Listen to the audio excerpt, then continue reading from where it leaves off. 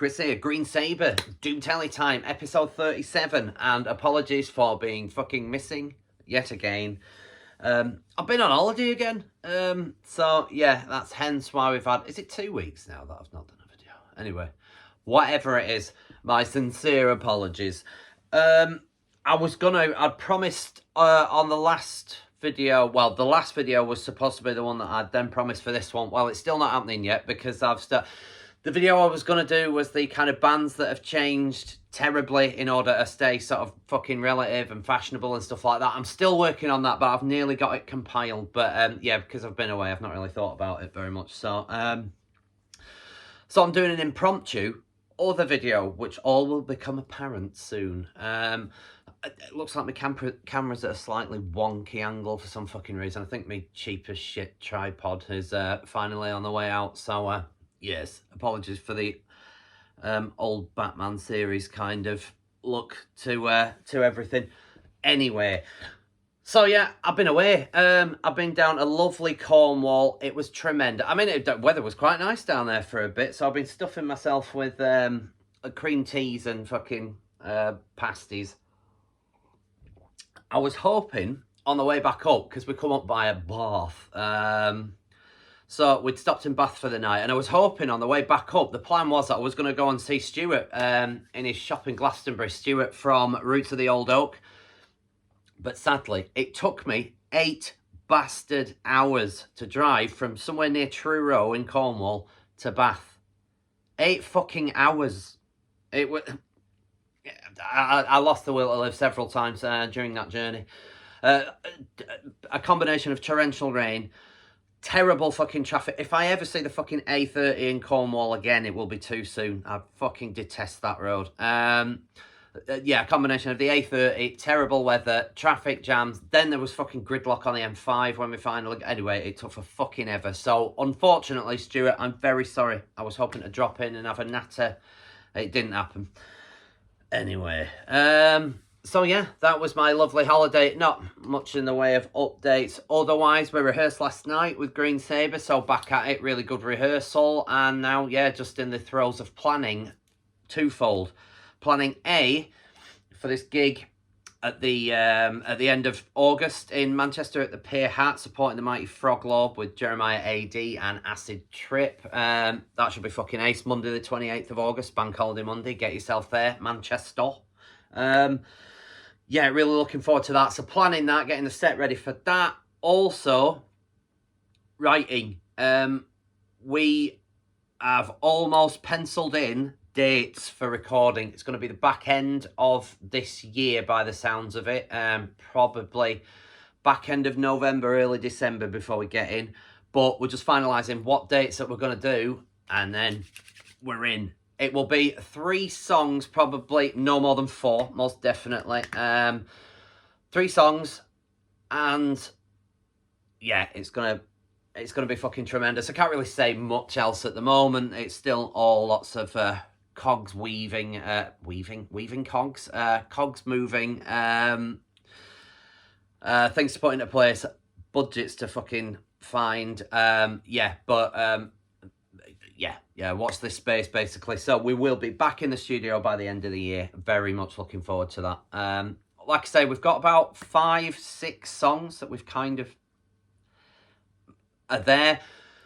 3 absolutely definite, but we're going to write them all, get them down, and then cherry pick. Unfortunately, we have not got the fucking budget to do them all, sadly, because we're going fucking high tech. Yeah, it's going to be an expensive experience, so we're going to have to cherry pick 3 songs, I reckon, especially with the fucking length of our stuff. So yeah, it's a nice problem to have, being able to kind of, yeah, have to pick your best material as such. But yeah, we're going to have to be savvy with that and make sure that we pick the best songs that we go into the studio with. So anyway, watch this space. So, 5 minutes of waffle there. Today's video. So, yeah, like I say, I was ill-prepared as per fucking usual, so I've not really got this planned week's video prepared. So I'm going to do a ranking video. So, Lee from Oak and Throne, that shout out Lee, that I've been basically, we plotted this video that was supposedly going to happen together, and it still hasn't happened yet. So as a way of apology, Lee, I'm doing a Mastodon ranking. Mainly both enormous fans of Mastodon. So, yeah, whether you lot are is a moot point, because it's going to happen now anyway. So, sorry, itchy nose. Mastodon ranking. Now, a lot of people have wavering, differing opinions on this band. I think they are fucking incredible. Everything. I love everything. But a lot of people are of the opinion that sort of, oh, the earlier stuff's great, but then when they went all proggy, they went to shit. Wrong. And I'll tell you fucking why shortly. No, I personally, for me, they've got better as they've gone on. Not strictly in that order, as you will soon find out. But I love the fucking proggy stuff. I love the more open-ended song structure that they've gone for, as opposed to a sort of straight-up bludgeon that the first two records certainly were. So a Mastodon ranking. So I've already wasted like 6.5 minutes, so I might as well just crack straight on with it.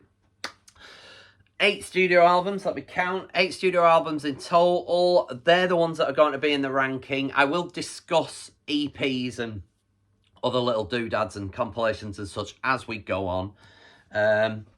But, yeah, let's get on with the ranking. So, coming in at my number 8, and again, just to caveat, this is another ranking where I'm doing where there really are no bad records. There are just some that are slightly weaker than others. And I'll give you the reasonings. My number 8 of my Mastodon ranking is, and I can't remember when this came out. Hang on, let me get my shit together. 2011's The Hunter. This was the album that was sort of sandwiched between Crack the Skye and Once More Around the Sun. Both of which I rate far higher than this one. Now, I don't necessarily have a tremendous problem with this record, because I think there's some absolute fucking beasts on it. Black Tongue. I'm not a huge fan of Curl of the Burl. It feels just like they're going through the motions on that one. And that is the sort of greater point with this record. It feels like there's what Mastodon do masterfully in a lot of their fucking albums. Is create a really good, consistent thread that goes through it of theme. I mean, are they concept albums? Are they not? Whatever you want to call them. I feel like they sort of are in a respect. And it feels like there's a concept missing on this. It doesn't feel coherent like the rest of the albums. This feels the least coherent of Mastodon records, and that is why it is ranked my lowest at number 8. Like I was saying, there are some, the Sparrow I love, the Thickening, Spectrelight. Is it Dry Bone Valley's another one that's a bit kind of, I love the track The Hunter, All the Heavy Lifting, The Octopus Has No Friends. There are some peaches on here.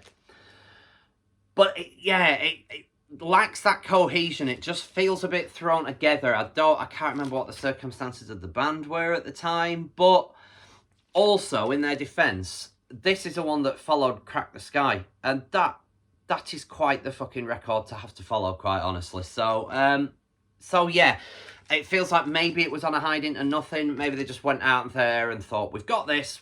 But whatever, yeah. My number 8, decent album. Weakest of the bands, though, for me. The Hunter.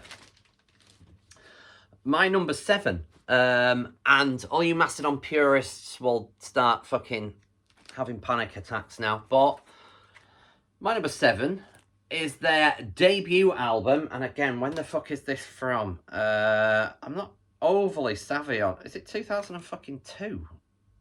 Looks like it says 2002. Yeah, that's going back. So anyway, Remission, the debut album. Heavy as fuck. It's a really, really heavy record. But this and a Leviathan that I will mention later on, almost to me feel like a different band to what Mastodon have become. Now that is, again, as I've alluded to before, that is a lot of people's problem with Mastodon, that they wanted them to stay all like this in Leviathan. And I'm really fucking happy that they didn't, because what they can do musically would be entirely wasted if they just kept fucking rattling out this kind of stuff. There are some beauties on here, which is, I get confused because I downloaded this before I purchased it, and the track order was all over the fucking place. So yeah, it wasn't right. So Mother Puncher, fuck me, yeah, the track listing that I had is all over. March of the Fire Ants. What is the other one that I fucking love on here? I think March of Old Nessie. Sorry, yeah, there are there's some gems on it. It's really, really fucking heavy, but yeah, it feels like that it's their debut. It's raw as fuck. They it feels like they're finding their path as such, like, and it's bands don't get that opportunity these days, because you've got to hit the ground running right from the fucking get-go. But yeah, they were finding their path as such, like, and they very much did on the album that followed this. But yeah, my number 7, More of a Thread. That is why it came in slightly higher than The Hunter. It's more of a thread. There's more of an impact on this album. It feels a little more coherent than The Hunter does. So that's why it's my number 7. Now, I will just drift off ever so slightly, because it is worth mentioning. Oh, I've not dug the fucking thing out. But, yeah, I've got the debut here somewhere. If I find the bastard thing anywhere. Anyway, wherever it fucking is. The demo. Yeah, again, sounds like a demo. It came out afterward. They repressed it on vinyl. I've got it on a really nice fucking splatter somewhere, but fuck knows where it is. Let me have a butcher's. I'm back. I have returned. Call of the Mastodon. There it is. Now, because I've gone to all that fucking effort to dig it out, I'll show you the vinyl. Yeah, look at that. Look at that beauty. I probably should have shown you vinyl of some of these other ones, but anyway, because I've got all sort of manner of weird fucking colours. I bought this one. What the fuck was the name of it now? Sex Beat Records in Copenhagen. Bought this over there. Pretty nicely priced. I think it were about 16 quid it worked out at. But yeah, decent. But you can tell it's the demo. It's sort of, yeah, slightly unhinged in places. But yeah, decent. So anyway, I've diverted. That's not even in my fucking, my list. But that's the dedication I have to you guys, the fans, for watching. Right, enough. My number 6 coming in, my Mastodon ranking. And again, a lot of these now will sort of shift where they are, because I rate them all so highly from this point onwards. And I fucking love this record that's coming up. A lot of people gave it some really bad press, and they're fucking stupid, because this is fabulous. It is 2013, 2014. Fuck me, I really should have sort of done my research better. 2014's Once More Around the Sun. This is a fantastic album. This is the sort of aqua blue press, by the way. That one. Yeah, nice. Yeah, sort of cloudy, milky aqua blue. Anyway, whatever the fuck it is, it's brilliant. I love this record. This is where their kind of real progginess started coming to the fore. And there are some absolute fucking monsters of tunes on this record. You've got... is it the Mother... sorry, Tread Lightly. That opens things up. Really, really great. Just fucking driving tune. Then the Motherload. And then the Motherload's the one that's... yeah, got the fucking twerking video or whatever it is. Then you've got High Road. That's a really great fucking heavy riff. Title track, Once More Around the Sun. This just goes on. And sides 3 and 4 have got some absolute fucking monsters on here. I love this record. The closing track on it, Diamond in the Witch House, is fucking brilliant. Mastodon at their doomy best. There's a real doom vibe to it going on, and it's crushingly heavy at the end when it comes in. You've got the fucking brilliant guest vocals of Scott Kelly of Neurosis, who we won't go into because he's somewhat blotted his copybook. But yeah, when he used to come on and guest vocal on Mastodon records, it was always fucking ace. So it's a shame that it turns out that he's a bit of a prick. But there we go. Anyway, like I say, I won't get into that. absolutely stunning tunes. And another thing worth mentioning for me, Brent Hinds, who's one of my guitar heroes. I just think he's fucking brilliant. I love everything that Brent does. I love his side projects as well. West End Motel, what's the fucking psychobilly type one called? Fiend Without a Face. Everything that he does. I love his sort of unhinged country vibe that he's got to a lot of his stuff. The way that he solos, which is almost like fucking banjo picking, as well as his solos are outrageous. And they really started coming to the fore on this record as well, I noticed. I mean, he did great solos before this, but he really started finding his fucking niche and that sound for me on this record onwards. And yeah, there's some absolute fucking peaches on here. It's proggy metal excellence. Real great thread of like aliens and fucking all that stuff going through it as well. And a masterful record. My number 6 though, Once More Around the Sun. Now, sort of around that time, I feel like have I got anything else that needs showing off? Yeah, I think it was yeah, I'll just show this off there. My White Walker picture disc. Fucking love this tune, great tune. But yeah, I think this came out after, this was one of my first vinyl purchases when I started recollecting, got this from Crash Records in Leeds, of course. And yeah, very much treasured bit of kit that, but yeah, great song and fucking ace artwork, White Walker single. That did make its way finally onto a compilation, which I will discuss shortly. But anyway, my number 5. And this was higher up at first, and I've had a bit of a tweak. But my number 5 in the Mastodon ranking is the latest record. And I say latest, it's like, is it nearly 2 year old? It's going on some now. Anyway, whatever it is. Hushed and Grimm, their latest effort, and a fucking stunning, stunning piece of work. I can't remember if this is any particular vinyl. Did I get? Oh yeah, look. Oh yes, it's the clear. There we go. It's just brilliant song after brilliant song. They've really, really found their fucking niche for me, and I love what they do. There's some absolute monsters of tunes on here, but in particular, and one that I've already shouted out on a previous video, is the closing track, Gigantium. That is just breathtaking. It takes you through all the emotions. It's got that fabulous fucking Bron vocal running through the main thread of it, and the sort of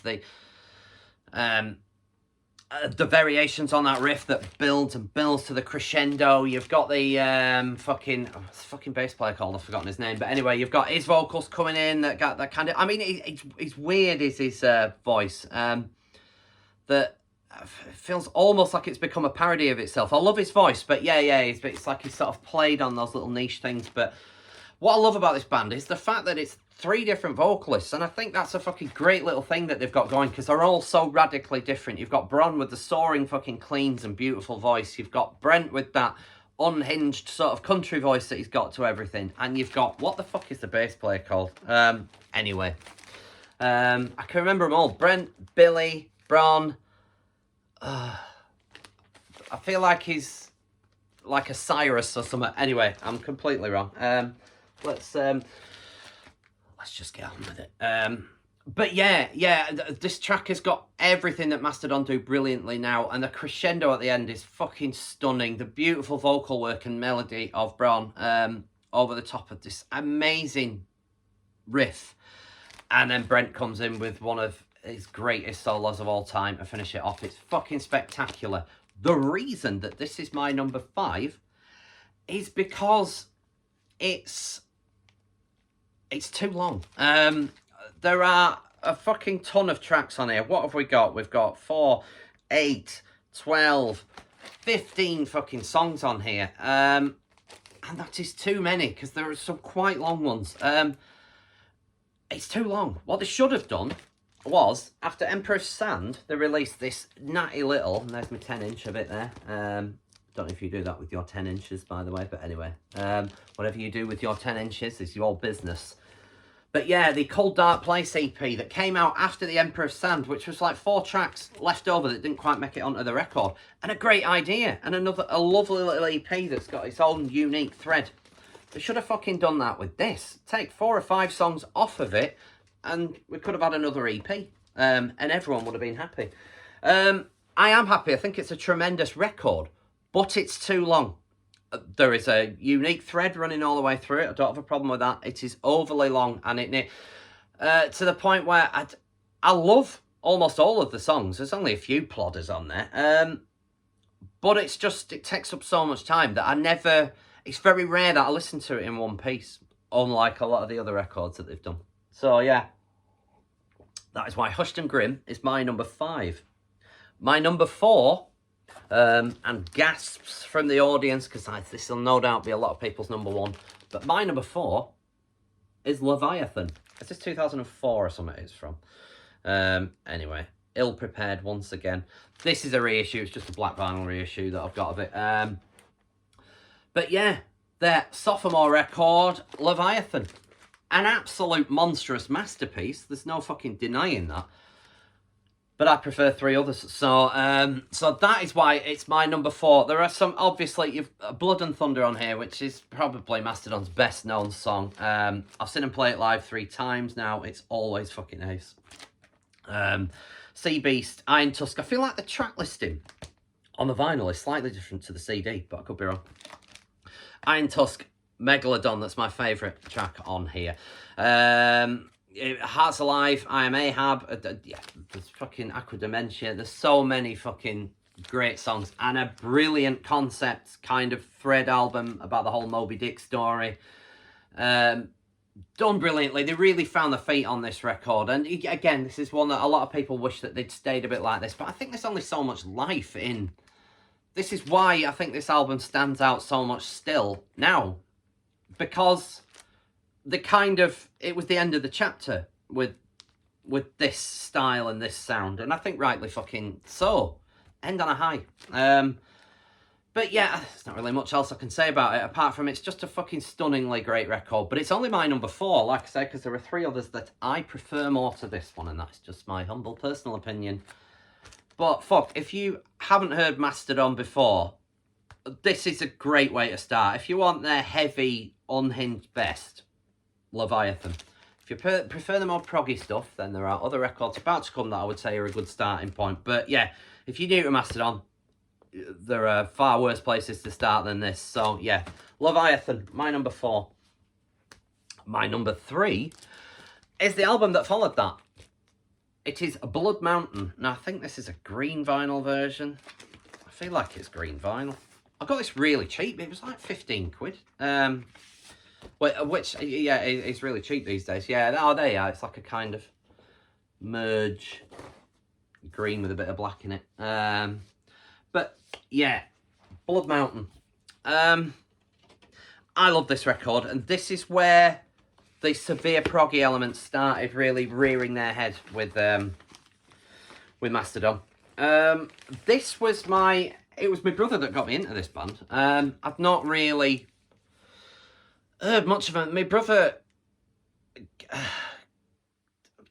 anyway, whatever it was, they were a CD or something, but it was at the same time, it's like, he says, you need to check out these 2 bands, and it was High on Fire and Mastodon, and anyway, both have become canons of my collection. High on Fire ranking will be coming in a bit as well, but yeah, I mean, you get the all-out fucking ripper of The Wolf Is Loose to open this album, and it just keeps on trucking from there. It's got some really crazy moments on it. The Caparilian Crest is the one that I'm thinking of. That's almost like fucking jazz fusion in the section in the middle of it. And yeah, but you've got some absolute monsters on here. The track Sleeping Giant is one of my favourites of theirs. Crystal Skull's another one that's a favourite of mine. Circle of the Sasquatch. What is the other one? Colony of Birchmen. Yeah, that's another fucking beauty that's on here. Pendulous Skin. The list goes on. There are some absolute rippers on it, and a great concept. Am I right in thinking that sort of Blood Mountain is somewhere in Georgia? They're all from Atlanta, Georgia, so yeah, it's somewhere near them. But yeah, I'm not quite sure what the whole sort of concept is. I've not really read into it properly, but I love this record. Like I say, this and another one that will be mentioned soon were my entry level into Mastodon. So that might explain also why I prefer the more proggy stuff than, yeah, anyway. Blood Mountain, my number 3. Okay. Now, for a lot of people, you'll probably imagine this is scandalous that it's this high, but this album resonated me on a level that no other Mastodon album really has. Now, that might be down to personal circumstance and various other things, but my number 2 is their, not latest album, the one before that, Emperor of Sand. Now, this is from fucking... Oh, why do they write stuff so fucking tiny on the back of it? I feel like, is it like 2017? Something like that. Yeah, anyway, nice little gatefold for you there. Just black vinyl. I've got this, I pre-ordered it, and it was before they did like a pink vinyl reissue of it. But anyway, I digress. I absolutely adore this record. Now, I've heard a lot of bad press about it. As if, oh, it's a bit thrown together, it's a bit this, it's a bit that. Fucking bollocks. It's fucking tremendous, is this record. From start to finish. I would say the one weak spot on it is maybe Show Yourself. That definitely feels like them going through the fucking motions of like, we need a hit, we need a catchy song. And it feels like it was deliberately written in that sense. But other than that, every track on here is a fucking beast. Sultan's Curse to open. There's Precious Stones that says the Steam Breather that's fucking brilliant. That really soaring brown vocal again that you've got in there. The track. Side 2 is called, I don't know if you can see that there. Roots Remain is called Eons on this one. And it's still, I think even on the repress it was still called Eons on this. But yeah, the track Roots Remain, one of my favourites on here. The closing track, Jaguar God, is absolutely stunning. And another, and this album for me, Brent's solos are 11 out of 10. They are that good. They are absolutely fucking monumental. Just breathtaking solo work from Brent Hinds, and that really is what sold this album to me. Brent seems to be firing on all cylinders. He's absolutely zoned in on this album, and like I say, it was on the one before this, Once More Around the Sun, was on the most recent one, Hushed and Grimm. His solos on these last 3 albums are just stunning, and if you don't know much about Mastodon but you love amazing guitar solos, check out these last 3, and in particular Hushed and Grimm and this one. Fucking hell. His solo in Jaguar God is breathtaking. His solo in Clandestiny is another fucking beauty. His solo at the end of Roots Remain, or Eons as it's known on it, is another fucking masterpiece. The reason this album resonated with me, though, is again the thread, the Emperor of Sand, who is death, of course, as it looks like on the front there. And the album is about cancer as such, really. It's a concept album about cancer and death. Which sounds quite grim. It is 2017, yeah, because I'm just getting my bearings right here. My dad died in 2018, and this album means a lot to me in that sense, because it was the big C that took my dad, entirely his own doing. He had some terrible fucking recreational habits that caught up with him in the end, but this album really resonated with me in that sense, because it helped me get through all that nonsense musically. And this was, my dad passed a lot of music on to me over the years, and this was, I bought him this for the Christmas of 2017, I bought him this on CD. It was a way of we knew at that point that it was only on sort of borrowed time, like 3 months or whatever it was. Didn't quite see out 3 months. But yeah, so I bought this back as a kind of like, you've given me your music, father, and I am passing this on. I'm passing the torch. Whether he fucking listened to it or not, I'm not entirely sure. It's a moot point, but it felt symbolic, and that, I think, is why this album means so much to me, because it reminds me of my dad. And yeah, I just think it's a great concept. There are great songs on here. There are stunning solos, and you can tell it's from the heart from Mastodon. Not that I'm saying that any of the others aren't, because all Mastodon albums are the threads that are on them. That is why this is my number 2. I fucking love it. If you don't know about it, check it out. It's brilliant. And my number 1 now, before I get to that, I'll just show you the other Mastodon vinyl that I've got. I've almost got everything on vinyl Mastodon-wise, apart from, is it like the Atlanta single? And there's another one. Anyway, whatever it is. That was a Record Store Day 10-inch for their manager, who sadly passed away and who was the main thread behind the Hushed and Grimm album subject. So their cover of Stairway to Heaven. Now, I think there's a studio version of it and a live version of it that was recorded by one of the guys from Gojira, I think, at the fucking funeral. So, I mean, fuck me. Yeah, it's really...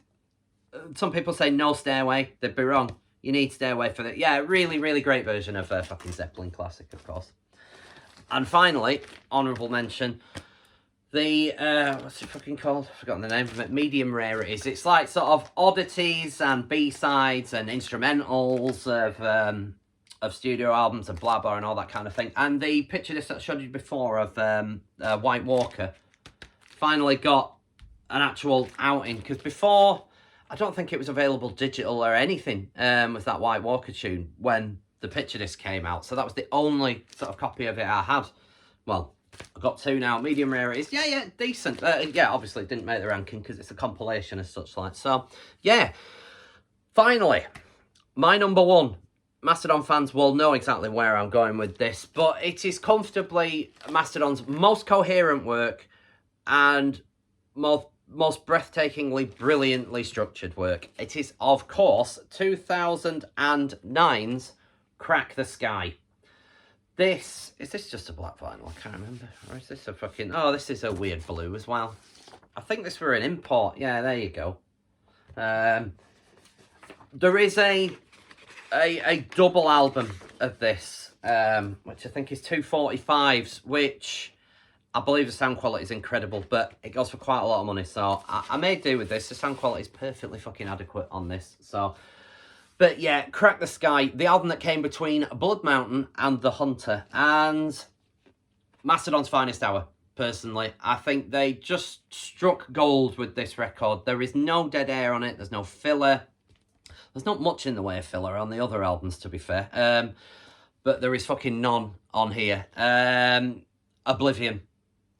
Fabulous way to start it. Then it goes into, you get that kind of banjo-y opening to Divinations, and then goes into Quintessence, which is another fucking ripper, and then one of the massive, there's two fucking gargantuan tunes on here. You've got the Tsar, which finishes side A, and the Last Baron, which finishes the album side B. And monumental epics, breathtaking sort of pieces that really take you on a fucking journey, and that is what I love about this. They really, for a lot of people, Mastodon are too proggy now. For the proggy fans, they were too heavy before that. This rides the cusp of both. It is the perfect mix of prog Mastodon and heavy Mastodon, and it all comes together in this fucking fabulous cauldron of excellence that is Crack the Skye. Yeah, the other tracks that are worth a mention are Ghosts of Karelia and the title track Crack the Skye. It is monumental and comfortably. I love all Mastodon records, I will say that again. And certainly my top 5 are all so close. Well, 5 through to 2 are all so close as where they would go in the mix, quite honestly, and it was interchangeable. This is head and shoulders above everything. It is just, it's their fucking masterpiece for me. And they've done a lot of near masterpieces, but this is everything. This is the fucking cherry on top. I just think it's brilliant. The concept is about the death of Bron's sister, Skye. Hence the spelling of Crack the Skye with the E at the end. And it's brilliant. It takes you on a fucking emotional journey, musically, thematically. It is fabulous. So, enough. There is enough said on that one. And that is why that is my greatest Mastodon album. That's my number 1 Mastodon record. And that was my Mastodon ranking. I hope you enjoyed that, kids. The promised video will turn up at some point. Maybe next week, maybe not. Who knows? I'm still working on it. I'm still looking for... Like I say, I want to do it a top 10 of sort of bands that went to shit in order to stay relative and fashionable.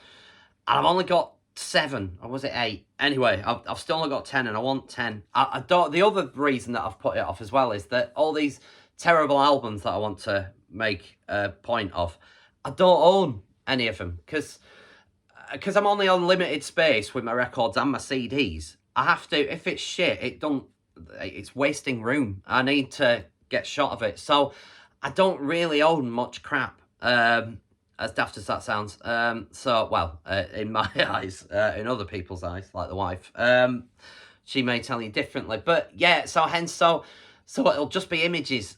Yeah, but anyway, so That's my Mastodon ranking. If you love Mastodon and disagree, tell me what you think your ranking is. If you don't know about Mastodon, well, I've just given you all the tools in order to go and discover. And if you like most of the stuff that I like, you will not be disappointed. Fucking fabulous band. Tremendous live as well. Yeah, my Mastodon ranking. Thanks for watching. Thanks for liking and subscribing. Almost at 130 subscribers now, so get in there. I think it's 128, something like that. My videos seem to be averaging around between 100 and 140, 150 views now as well. So I'd like to try and breach the 200 average as well. So just keep watching them, guys. I know I'm fucking dull and go on forever, but, you know, do a guy a favour. Thank you very much for watching anyway. And until the next time, I will see you guys later. So long.